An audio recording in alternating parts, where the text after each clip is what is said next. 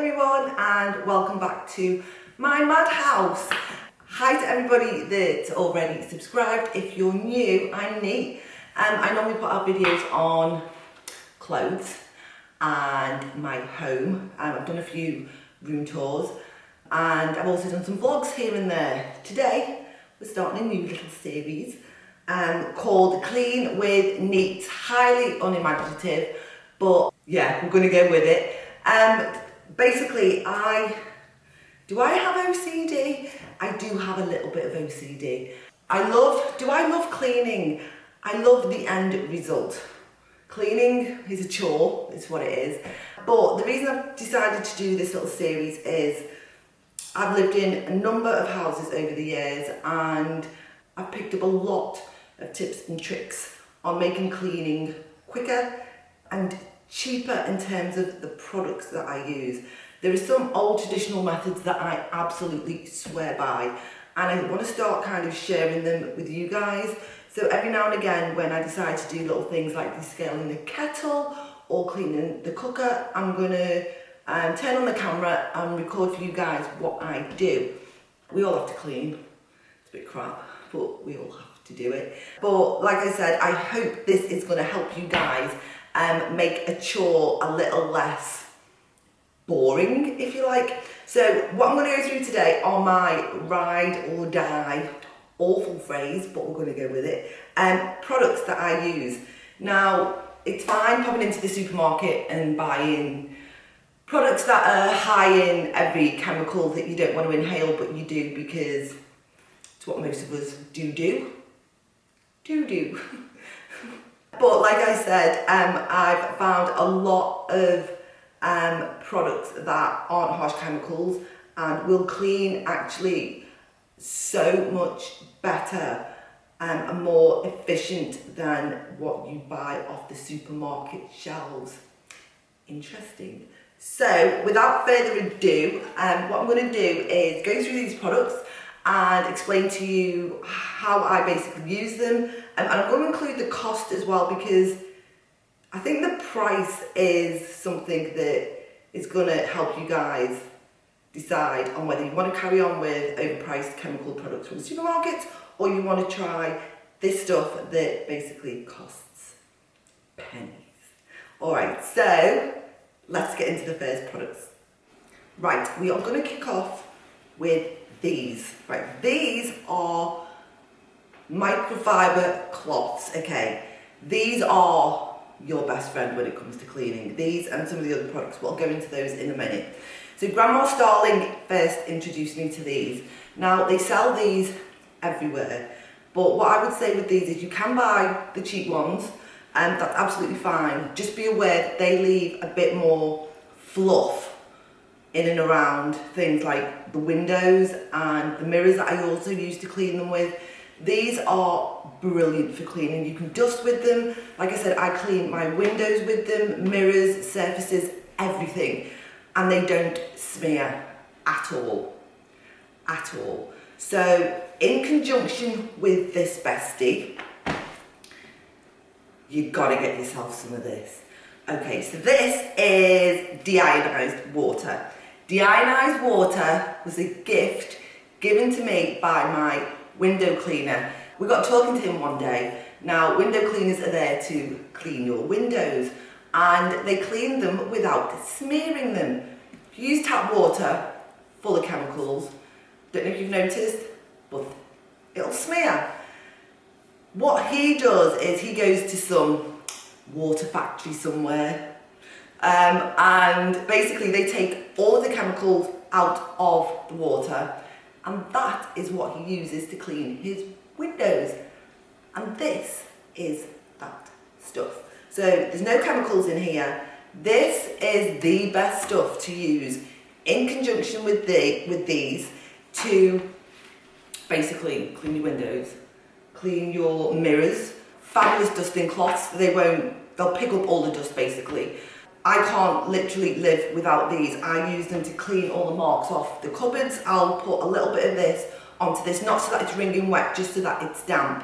I use it to clean the kettle. So we've got a stainless steel kettle over there that is full of marks and it's destroying me. But I'm doing a descaling the kettle and cleaning the outside of it video that you guys will see probably after this one.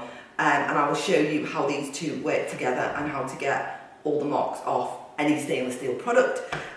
So yeah, I mean, you can pick this up anywhere. This one cost £1 and it keeps me going for weeks. These, as I mentioned before, are cheap as chips if you want to get the real cheap ones. But the reason I love these ones, these cost a little bit more. I'm not quite sure how much they cost, but like I said, they don't leave any fluff or, you know, little residuey bits anywhere. So when I clean the windows, there's literally no marks on the windows from the water or from the cloths. So that's those two. Okay, next up, we have another pairing. This is distilled vinegar. This, in conjunction with, actually I'll show you these, with these is incredible. Okay, so like no harsh chemicals here at all. These are basically to replace any of the supermarket stuff that you would ordinarily pick up off the shelves. This is baking powder. Now I don't know the difference between baking powder and bicarb, so either or really, and distilled vinegar. Now what I do is I put this into a sprayer bottle, makes it a lot easier to handle, and with regards to the baking powder or the bicarb, put it into a little shaker, just easier for me to use. So those I use to clean bathrooms, to clean sinks, to get scuzzy hard marks off anything. I even spray and throw some in the toilet to get rid of any horrible stainy, scaled awfulness, if you like. So yeah, this I think cost me about 30 pence, okay. And this probably cost about 30 or 40 pence as well. Keep you going for ages. So just before I forget, with regards to these, when you wash them at a high temperature to get rid of all of the dirt. But most of all, do not use a fabric conditioner. You put fabric conditioner on, you're putting some product on there. You don't want any product on these whatsoever. The other point that I probably forgot to mention was, when I use these two together, the premise is that it doesn't matter which way you use it, but I normally put this down first, spray this on the top.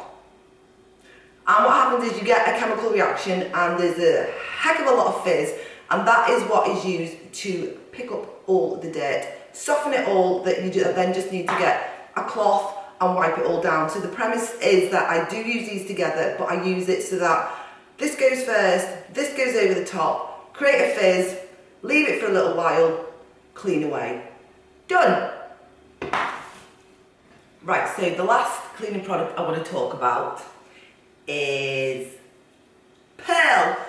Yeah, I've named my duster. So this is Pearl and I love her. She is so handy, it's ridiculous. So I use her to sweep floors. Now I've bought a lot of these. In April in Aldi they sell these and I bought about 15.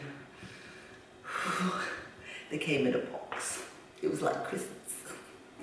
But I bought so many because this is cotton, and obviously cleaning floors and stuff, they get dirty, so I do need to kind of replace them every now and again because there's no easy way to wash these, and they only cost £1.99.